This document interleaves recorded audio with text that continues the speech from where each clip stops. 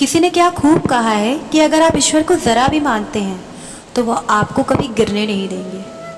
Hey guys, welcome to my YouTube channel poetry guru the पूवी sinking. इसी base पर एक छोटी सी कहानी लेकर आई हूँ। ये कहानी है एक अमीर आदमी की जो रास्ते पर जा रहा होता है और उसे एक भिखारी मिलता है जो उससे भीख मांगता है। भिखारी की अच्छी खासी सेहत देख के वो उसे टोकता है कि भाई तुम इतने हट्टे कट्टे हो, तुम कुछ काम क्यों नहीं करते, भीख क्यों मांग रहे हो। तो वो गरीब उससे कहता है, वो भिखारी उससे बोलता है कि मालिक मेरे पास काम नहीं है, मुझे कोई काम नहीं देना चाहता।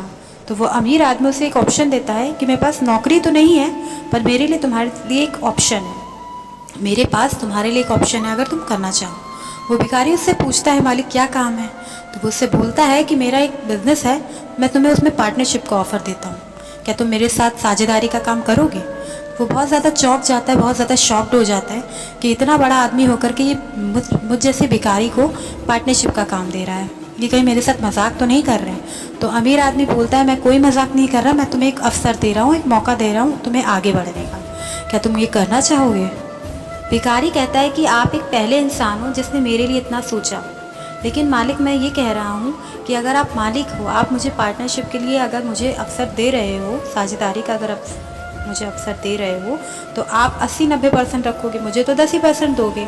तो वो मालिक बोलता है नहीं नहीं, ऐसा कुछ नहीं है, तुम 80-90% रख लेना, मुझे सिर्फ 10% दे देना, तुम 90% रखना, मुझे 10% देना। वो उसके पैरों में गिर जाता है और बोलता है कि मालिक क्या आप ये सच कह रहे हैं, क्या फिर से आप मेरे साथ मजाक तो नहीं कर रहे हैं। बोला नहीं।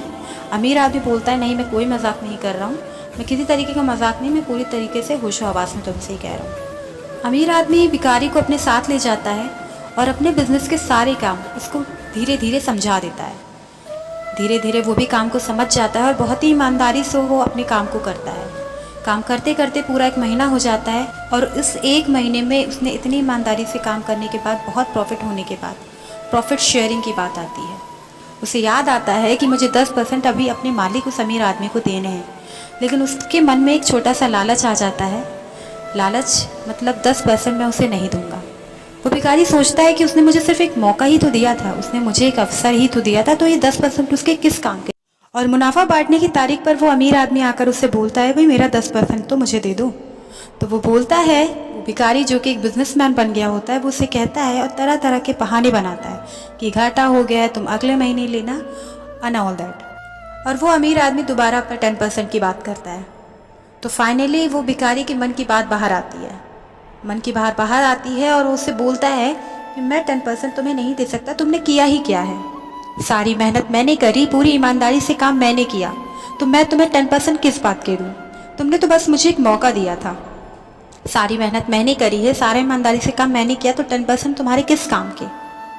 अब सोचिए अगर वो अमीर आदमी आप होते और आपके साथ कोई ऐसा करता तो आपको कैसा लगता। मीन्स इट कि वो 10% भी आपको नहीं देता तो आपको कैसा लगता। गाइस, वो अमीर आदमी कोई और नहीं, वो ऊपर वाला है। वो अमीर आदमी कोई और नहीं, वो ऊपर वाला है जिसने हमें ये अवसर दिया, ये मौका दिया और ये ज़िंदगी दी। और हम क्या करते हैं कि 24 घंटे में से भी, उस 24 घंटे में से जो ईश्वर ने हमें दी, हम उन्हें 10% भी नहीं दे पाते।